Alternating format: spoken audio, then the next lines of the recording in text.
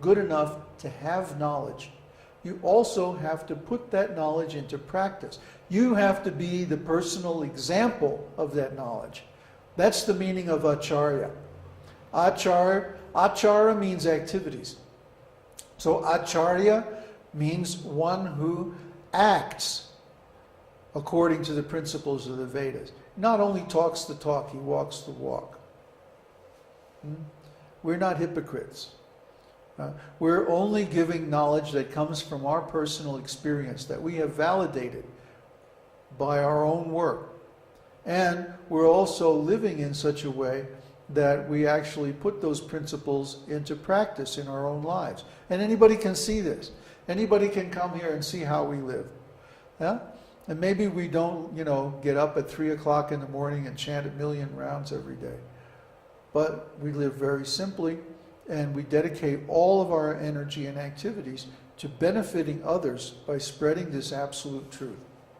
That's the point. That has to be our orientation. Not that we're trying to benefit ourselves, but we're really dedicated to benefiting others. Then we deserve to receive this confidential information. Okay, in the Introduction to Jyotish course, there's an essay by Patraka Prabhu. Actually, it's the first chapter of his new book. And he's done a really great job of giving an overview of the background philosophy necessary to understand Jyotish. What is Jyotish really? Jyoti means light, and Isha means God. So the light of God, or how is God manifesting through light? How is God controlling the universe through light? So Jyotish really, for example, all the signs, all the rashis represent different incarnations of God. All the planets, all the grahas represent different incarnations of God. Different expansions of God that have different qualities. And then those qualities are reflected by the planets. Remember, the planets don't shine by their own light. They're reflected. Even the sun. I just found a verse. We were discussing this the other day, or yesterday, in Naimisharanya forum. Florian and I were discussing a new theory, or relatively new theory of cosmology based on plasma physics rather than Newtonian physics, magnetohydrodynamics and like that. And in this theory, the sun does not shine by nuclear fusion. The sun shines because of powerful magnetic currents from the center of the galaxy. In other words, the sun turns energy into mass, not mass into energy. As usual, the popular scientific view is very crude and actually backwards. So anyway, we're discussing this theory. And this theory actually makes a much better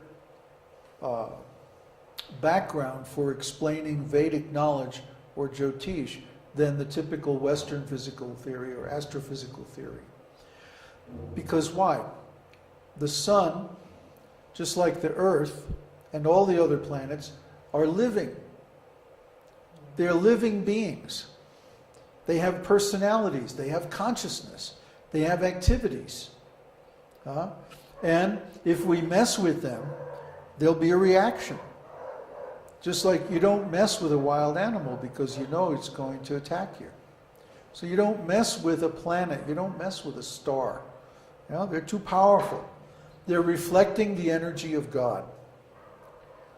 So we have to know these different incarnations of God. We have to be familiar with the science of God. This is what I'm saying. The Brahminical science underlies everything in Jyotish. So you have to read Srimad Bhagavatam, or at least read a summary of Srimad Bhagavatam describing all the different incarnations, so that you'll know what we're talking about. when we describe, oh, this planet is a reflection of this incarnation, and that planet is a reflection of the energy of this other incarnation. If you don't know what we're talking about, you're going to be lost. So, read the essay, Spiritual Background of Vedic Astrology. It's a PDF file. There's a link in the Introduction to Jyotish course. Next item. Read Bhagavad Gita, chapters 14, 17, and 18, especially the material on the 3 modes of material nature. Our next session, next Saturday, same time, same station, we're going to go over the 3 modes of material nature with a fine-tooth comb. And the reason is, everything in Jyotish is based on the 3 modes of nature. Just like it's also based on the incarnations of God. You have to have these fundamentals very, very clear in your mind, or else it's going to be really confusing, and you can get lost in the details because you don't have the fundamentals right. So you have to have a really good grasp of the 3 modes of material nature. And I just want to review this and make sure everybody understands it well. And along with that, please review the chart, which is also in the Intro to Jyotish course, called Laws of Karma. Oh yeah, those 2 videos on 3 stages of consciousness touch on this subject and give a very practical, simple explanation of it. I'm going to make a post right after we close on the Jyotish Mela forum. By the way, all of our Jyotish students should be following the Jyotish Mela forum. Subscribe to that forum and keep up with the posts in it. I think we're going to start discussing some of these topics in that forum. I don't think it's really appropriate to discuss it in Kurukshetra or Naimisharanya, because that's general spiritual knowledge. This is specifically Jyotish.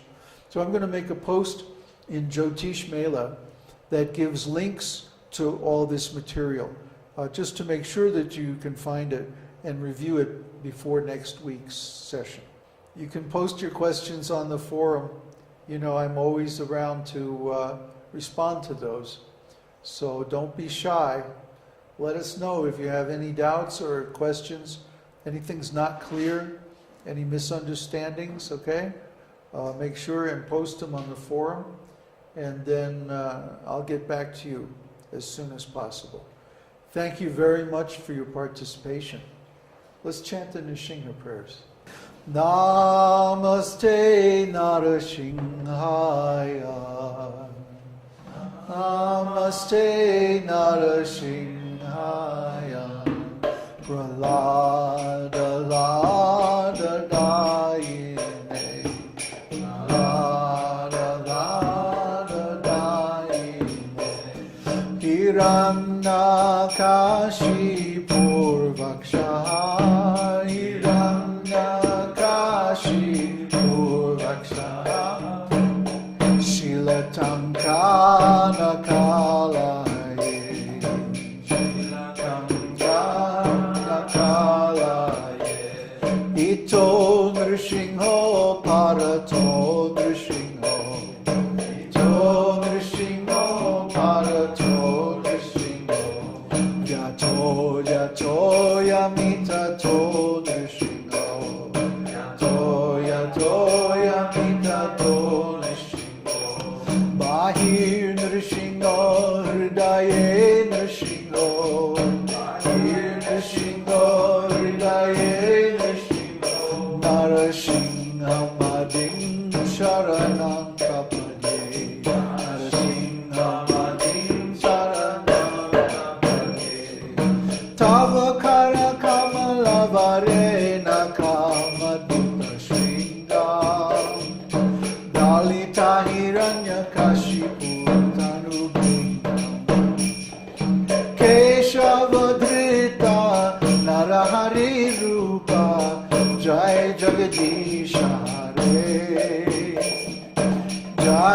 Jagadish Hare, Jai Jagadish Hare.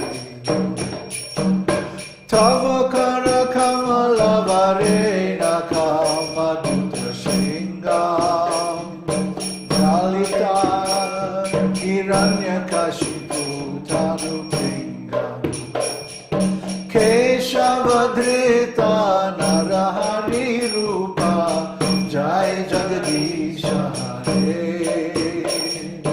Jai